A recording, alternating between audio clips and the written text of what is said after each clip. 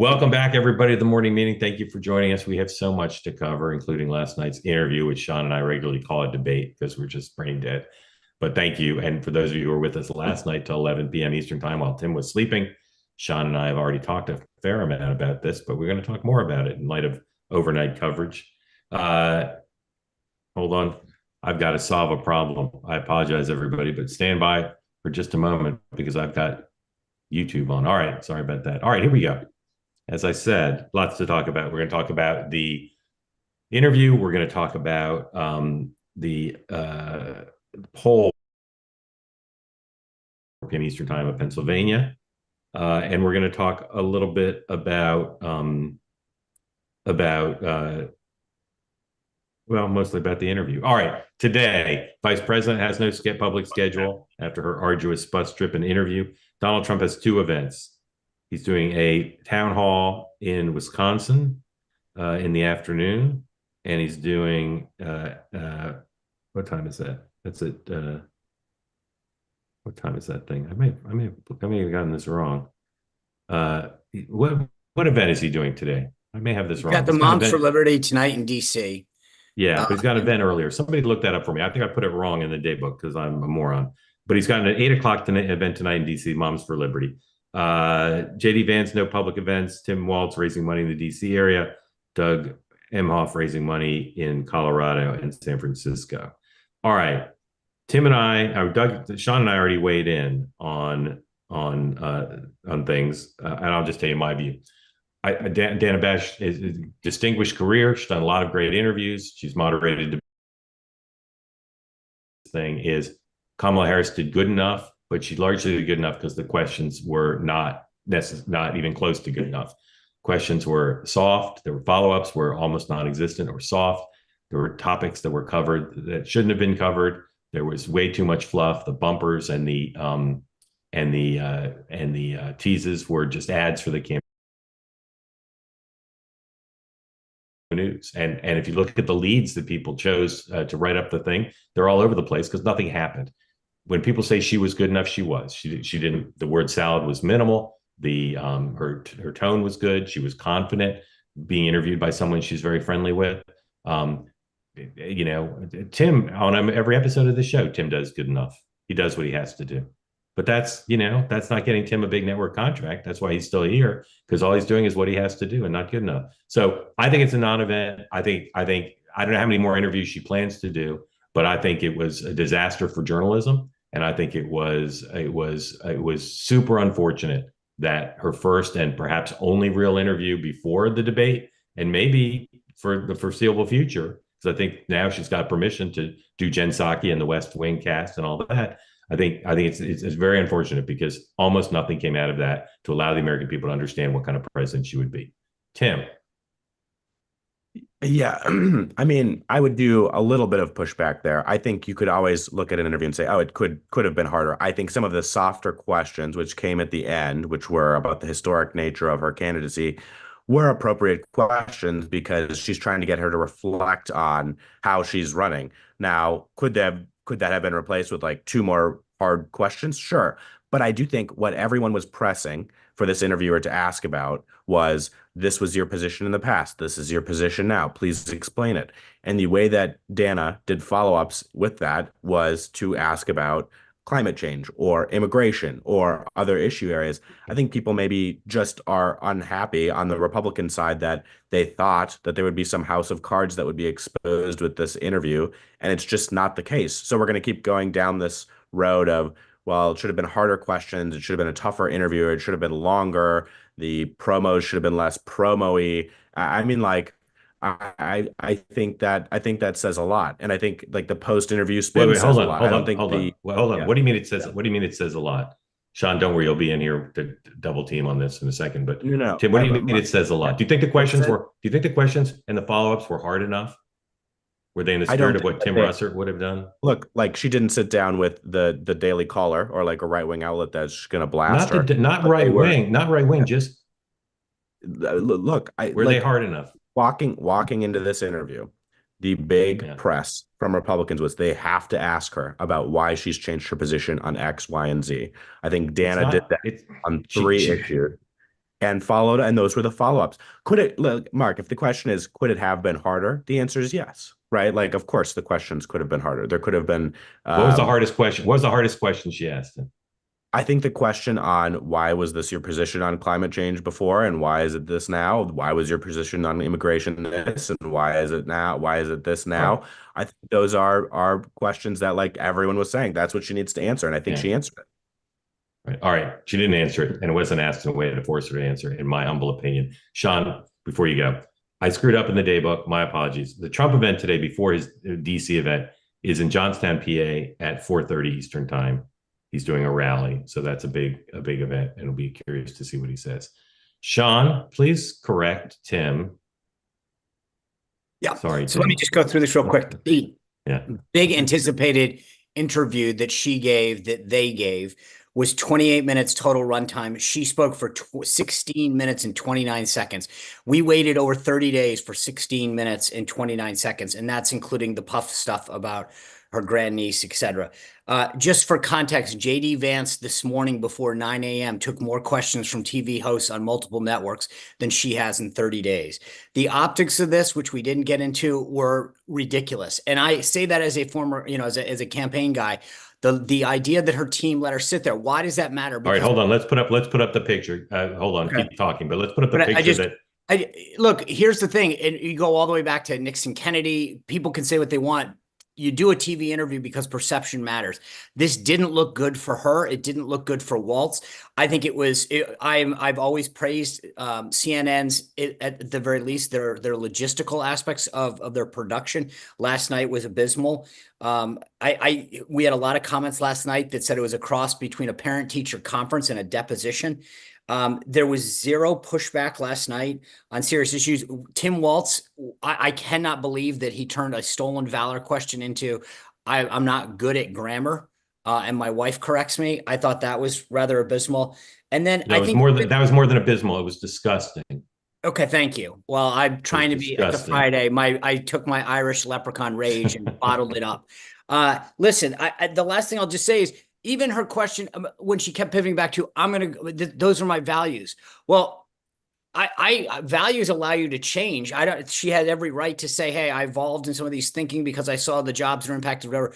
If your value is climate change, somehow, how do you change on fracking? And by the way, the issue that she referred to, because she got away with this last,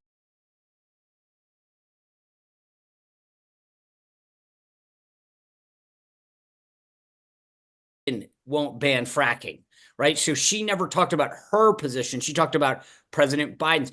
She got away with not answering the question about why she flip-flops on issues. We can talk all day. People have a right to change. They evolve. Circumstances change.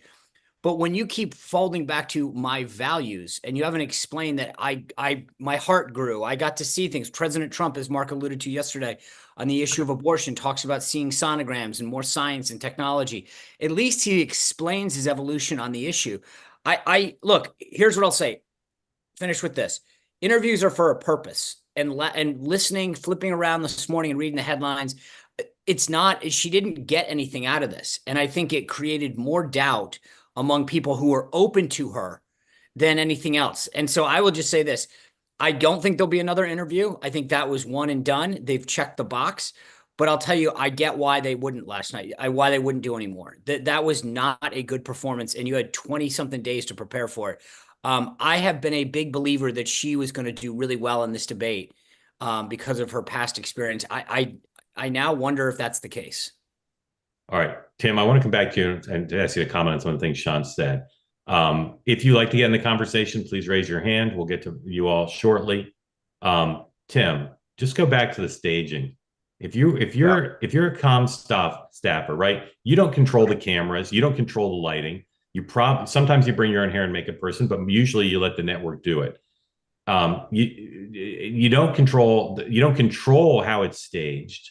But shouldn't the Harris campaign staffers be looking at themselves and saying, we screwed this up. We let her look like crap and him look like crap because we didn't demand it look better.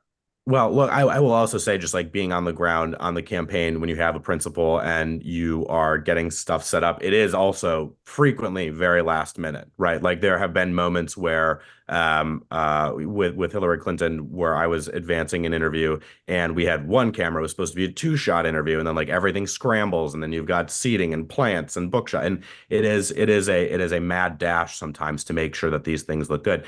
Look, I don't know that it's on the Harris campaign that CNN brought a folding table, and the chairs seemed to be uneven and the lighting. I'm like, there's no one's walking around with light bulbs to But fix when you that agreed, situation in when you production. agreed with, but everybody wanted this interview. They could have done it with a broadcast network that would have actually lit the thing. If you agree to a basic cable interview, Well, sure, you're going to get sure. basic cable lighting unless you demand otherwise. Well, but that is a fair point. Like I think if you had a broadcast channel doing this, you probably will get better lighting. I think like yeah, period. The optics were not super great. Not now Okay. like So Democrats didn't do very much spinning of it. I have not seen very many Democrats out there saying this was awesome. I think they're just letting it speak for itself. And again, she was fine. She was way better than Republicans and sort of built up the negative expectations.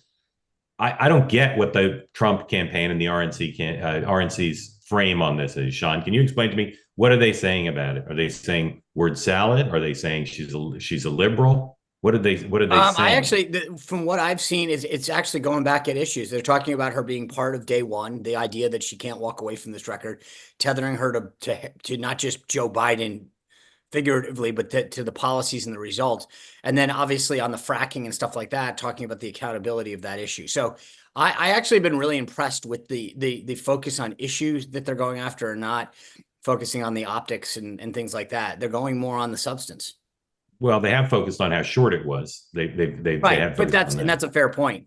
I Yeah. mean, like I said, JD Vance was on CNN this morning. He was on Fox. He took more questions from TV hosts before 9 a.m. than she took in 29 days. I mean, they should be talking about that. It's important that people understand that because it's a broader narrative. It's not just about, and it's how you turn that. It's not just about the press and doing questions. It's about being transparent with what your policies and plans are for the country. And they can say that she's ducking and hiding.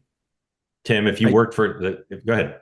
No, I was just gonna say, look, if Republicans are gonna continue to be stuck on the media schedule of Kamala Harris, and look, is there an argument to be made that she should do more interviews? Do I think she will do more interviews? Yes. Do I think she will do one-on-one interviews? Yes.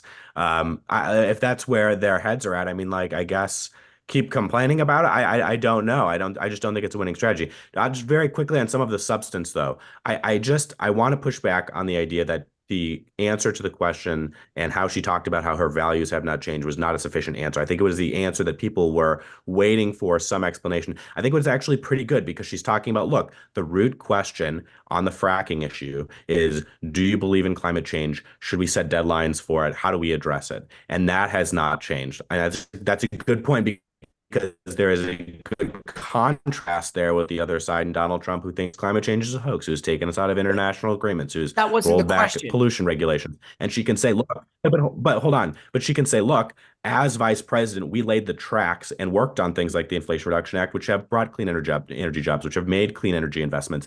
And I think that's smart. It is a way to explain that the experience that you have gained as vice president has shown you how you can take actionable steps on things like this. And it doesn't look like a flip flop. The, It the also, question wasn't it also about climate change, Tim. It was about your flip flopping on issues, and she well, but pivoted. I get it. She turned it it is into about climate climate change. change, though. That's her No, point. it's Her not. point is it It's is about, about climate. because it's not one issue. It's not one issue. She, on a whole host of issues, she has flipped her position without explanation, and it goes back to my core values of change. Your values should be standing on principle.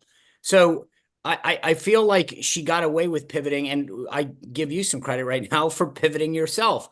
But the bottom Yeah. line is this was a question about why she has changed her positions on multitude of issues, and that was one example that All Dennis right. Hold on. stated. Hold So, on. Because we can't litigate this whole thing right now because I want to get to folks, but I so want can to I do a just little bit of win? polling. I mostly agree with Tim. So you lost on this one. Let me just show you some quick polling. Then we're going to go to everybody. Michigan poll out this morning. Um, just again, all this battleground state stuff is largely illustrating that the race is close. If you're just looking at the horse race, but put up the Michigan poll if you would. This is from a Michigan pollster who's pretty well respected. And it shows that. There you go. Epic shows Trump up one, again, meaningless. It does show a 4-point gap in the Senate race. Continue to be, to me, canary in the coal mine. Why Mike Rogers is losing to Congresswoman Slotkin, I do not understand, but it's pretty consistent every poll. And then the Bloomberg polls, which came out last night, they did all the battleground states. Harris up net up 2. Good polls for Harris. Again, you put up the Bloomberg polls, please. Again, largely showing a tie. You could say they're good for Harris because she's doing better than Biden. You could say they're bad for Harris because her leads are not as big in some of these states, not all of them, but some of these states, than Biden's and Clinton's were when they were running against Trump. So take those down. We're going to talk a little bit more about polling here at the end, but let's go right to folks who have their hands up. Start with Roxton Ford. Mr. Ford, please tell us where you are, who you're supporting, and what's on your mind. So I am in Quebec. I vote in Idaho. I wouldn't say I'm a Trump supporter, but I'm a Trump voter this time. I voted for the Libertarian candidates the last 2 times around, Gary Johnson in 2016 and Joe Jorgensen in 2020. I watched the interview last night and the post-game analysis here, and was just thinking about it this morning. And I think I agree with all of the commentary that says it was a bad interview, and I think she did flip-flop a lot and did not that was not pushed upon. But the question I keep having in my mind, and I think the meta question that people will kind of take away from it, is that why is it so hard for Kamala Harris to do the basic things that a politician, especially the leader of a party, the leader of a major party, why is it so hard for her to do those things, which is to go out and advocate for her vision and for her agenda effectively? This is the one thing that I think people just take as a given. Okay. Yeah. Thank you for that. Now, Tim, you may dispute the premise, or you might answer the question. Right. But no, I would. Thank you. Like that's my first thought. Is I don't think she's ineffectively doing it. I think she's holding rallies, packing stadiums. I think she's like articulating a very clear vision at those rallies. I think she's raising gobs of money. I think the polls are going up for her. I think if she was not able to do that, I don't think we would see the environment we're in coming manifesting the way that it is. I think she did a good job in the interview. I guess it is a little bit of a Rorschach test, and I always thought it would be with how we walked in and out of that interview. So I don't think like anything drastically changed for the interview, but what Republicans did is they turned this interview into a test, and I think she passed the test. I would just say that the point that Roxanne make is important. It's not, and Tim alluded to this earlier. I will agree that it's not about the interview. Like if you run around and go, she hasn't done any interviews, I don't know that anyone cares. That being said, it's a broader point. If you can't do an interview, can you stand up to Putin? Can you stand up to Xi? Right? And if they can manifest this issue into a larger lack of ability to be commander in chief, that is effective. But leaving it at its basic level and saying she doesn't do interviews, I don't think anyone says. They see her out on a campaign trail, right? That's right. I mean, Tim's right. It's not like she's hiding. She's out doing things. You have to turn this into an issue that gets back to the principle of, are you able to lead and be commander in chief and the leader of the free world? And that's the tweak that I think the Trump campaign really needs to make sure that they're going from just saying she's not doing this, and then it becomes, and so what? All right, Sean, thank you. Roxanne, thank you. Judy, please remind folks where you are, who you're supporting, and tell us what's on your mind. Good morning. Judy Scott. I'm in Granbury, Texas, and I'm a Harris supporter. Longtime Republican, longtime never Trumper. So I watched the interview last night, and I have to say, all of the responses from most of my Republican friends could have been written well before the interview, because it was really preconceived what they were going to say. You didn't even have to do the interview. Judy, did you think the questions were hard? I thought the questions were what people had on their minds. You know, the questions that people keep saying she needs to answer are the questions that she answered. You think people wanted to know about her phone call with Joe Biden when he called her to say he was getting out of the race? Oh, you got to throw things like that in too. I'm not so sure that Kamala was responsible for the questions. No, She's she's responsible. not. I She, was asking about the questions. Judy, do you have a question? no, I just wanted to make a comment about that. Okay. Thank you, Anyway, Judy. Thank you. All right. Let's go to Mr. Fields. Mr. Fields, welcome back. Tell folks who don't know who you're supporting and where you are and what's on your mind. Sorry, let me bring you back here.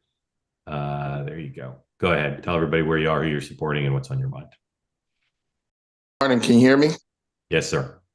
All right, Winfred from Houston, supporting Harris. Two real thoughts. The first, for the flip-flops, we're running against someone who was against electric vehicles until the owner of the biggest EV manufacturer decided that he would make millions of dollars of contributions, and then he reneged. Yes, sir. That's different. We got that point. The second point. And I forgot but the second point is how frequent is split ticket voting these days? Because if we're looking at the polls and the Senate polls, it would require a pretty historic split ticket voting for Trump to win those states. Great question. Thank you, sir. Sean, you want to take that? It's a good question on split voting. I'm probably not the best person to ask. I think you're seeing it depends on the race, but I will say this is a really good point that you bring up, because when you look not just at the poll we saw today in Michigan just a minute ago, but on the battleground polls the other day, it is amazing. I think it's an untold story right now about how well some of the Democrats are running in these key battleground states. Ahead of. So I will just say I've never been a huge, I've always sort of been intrigued by what you're asking, but the polls show that it could be really big this year in these big Senate races. So if anything, we'll see how it plays out, but the polls show that it could be a big thing. And I'm sorry, your first part. Donald Trump is a big flip flopper too. So I think quite correctly says if Trump flip flops in a bigly fashion, why are people so hung up on when Harris? I think it comes back to politicians evolve on issues all the time. But it's how you explain why you're doing what you're doing. But Trump explained his position on change on EVs, Winfred pointed out, by saying the guy's giving me a lot of money. I get it. No. And that becomes a question of whether or not that's acceptable to you as a voter to decide, okay, do I buy that or not? And my point is that I think that on the Harris issue, that's up to people who are considering voting for her. But I thought it was a weak response. Now, again, you may buy it. That's up to you or any other voter. But I'm just saying, Trump has to explain his changes on policy. Every candidate does. And then the question comes down, do you find them believable? My point was, I didn't hear any explanation last night. It wasn't that she didn't give one. There was not one given, or really, I think the values thing, I agree with Tim. The values thing is a good framework, but I don't think she actually used it to explain why she no longer thinks fracking needs to be banned. All right. Thank you for the question. Mark from Pennsylvania, tell people who you're supporting and what's on your mind, please. Good morning, everybody. I am in Pennsylvania. I'm in one of the more freer areas of Pennsylvania in the mountains. I can still be swayed. I have never voted for a Republican my entire life, except for one singular congressional seat. When I was growing up in Jersey, I would vote for Jim Saxon every round because he was good on the beaches. He was good on environmental issues. I was dead set to vote for Trump while Biden was still in the race. After he dropped out, I became more open to Harris, but it appears that they are not looking to attract voters like myself. I've been gaslit by the Democratic Party for the past 8 years, and I have just about had it. Mark, did you watch the interview last night? I did. What did you find appealing about the vice president? Zero. Nothing. What bothered you about it? Well, the questions, and again, like some folks stated, the candidate can't be responsible for the questioning, but Dana Bash, who is more than competent and more than capable of asking tough questions and pressing. I've seen her do it. She certainly did it to JD Vance a couple of weeks ago when he sat with her. and like just the softballs and then no follow up, allowing and Tim Walz, as the son of a Vietnam combat war veteran, I was disgusted by his responses about how his missteps. Now I can forgive it. Guys get on the campaign trail, you do public speaking, crowds getting all riled up. You can say some things out of character, but his response and how he answered for that, and also the DUI, I don't think people are paying enough attention to how his congressional campaign lied in 06 about his DUI being an ear-related hearing issue. I don't think Mark, I want to get at least one other person in. So do you have I loved hearing everything you had to say. Do you have a question, or can Tim ask? The question is, do we think that the Harris campaign is just abandoning the true high information independent voter and are just going to try to collect as many either low or mid information connected voters, based on vibes and based on feels? I want Tim to weigh in, but I'll tell you what I've heard a lot of commentators say, I think accurately, is one of the things I think she did well last night is she emphasized more centrist positions, not with a lot of specificity, but her rhetoric was more centrist than the convention was in many ways, and then she has been to some extent. So I don't know if that appeals to you or not, but Tim, what do you think? Yeah, I'm sorry. What is the exact question? Is whether or not she's going for policy, or it's just like a.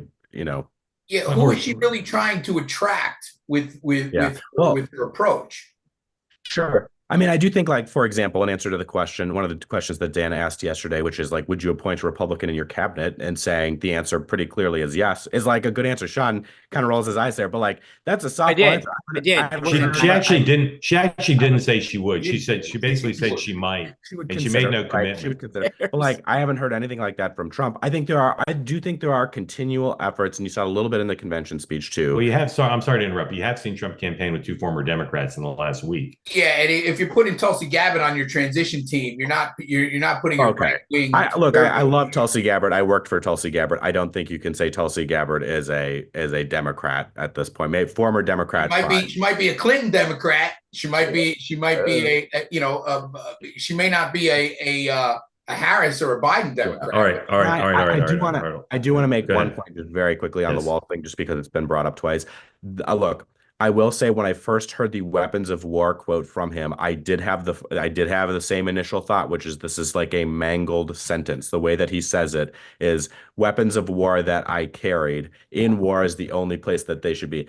I understand that people want to say that he said he carried weapons of war in war, and that's how you hear it. But the way that one singular sentence is constructed, you could make the argument that it was like a verbal car crash in the middle of a sentence. But that's not a grammatical error. It's not a grammatical error. It's misspeaking. It's a misconstruction of a sentence. And this is what he has said in the past. So I just like Mark, thank you, Mark.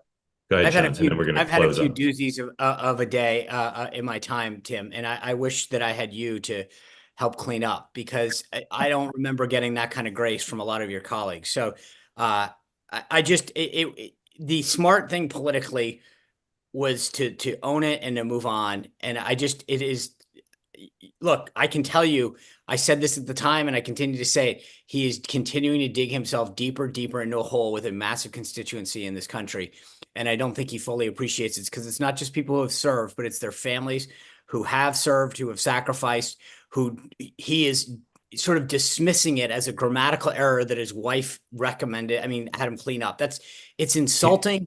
It's just, and he's making a huge mistake by doing this, but God bless him. I hope he keeps doing it, because he's pissing off so many people. Here's what's also insulting to me. I really like him. His favorabilities are high as anybody. He hid behind his kid. He said, "Oh, they're going to come after me. They're going to attack my children." He's trying to not answer these questions, and he was not forced to answer them in a serious way yesterday. He's basically just saying they're attacking me because it's all politics. When he in his campaign lied about the DWI, again, Trump, JD Vance, lots to scrutinize there too, but they're not the ones who did the high-profile interview last night. And I find it offensive that he would just say it's about attacking my kids when that's not the issue. Anyway, we're going to bring John Podhoretz in for our benediction in a moment. I want to tell everybody 4:00 Eastern time today. Super excited about this episode. 4 of America's finest pollsters convened in one place, And we're going to do two things. We're going to talk about a new poll from Wick Insights done with two-way of Pennsylvania. Horse race is in there. The Senate race is in there. We also asked how a Harris Shapiro ticket would do against Trump and Vance, and how a Trump Haley ticket would do against Harris and Waltz. So lots of good questions. David Burrell, one of the four pollsters who will join us, who did that poll. We'll talk about the Pennsylvania poll. We'll run through it. We then will have Celinda Lake, who's the pollster for Harris, formerly a pollster for Biden, one of the best Democratic pollsters in the country. Patrick Ruffini, one of the best Republican pollsters in the country, and Ann Seltzer, independent pollster who I've worked with for many years. All four of them will be here, and they'll be taking your questions about polling. We did it the other day too, but I just learned an insatiable appetite for that. So nowhere else, as far as I know, in the whole year, but certainly now, can you talk to four top pollsters about what's going on in the polls in a civil conversation, taking your questions in two-way style. I'm super excited about it. It's what this platform is all about. I hope you'll come at 4 p.m. Eastern time, rather, and I hope you'll bring your friends and family so we can kick off the holiday weekend right by digging into crosstabs. So, Sean, are you coming at 4 o'clock? Tim, you guys coming? Or are you guys busy? Oh, that's mean. I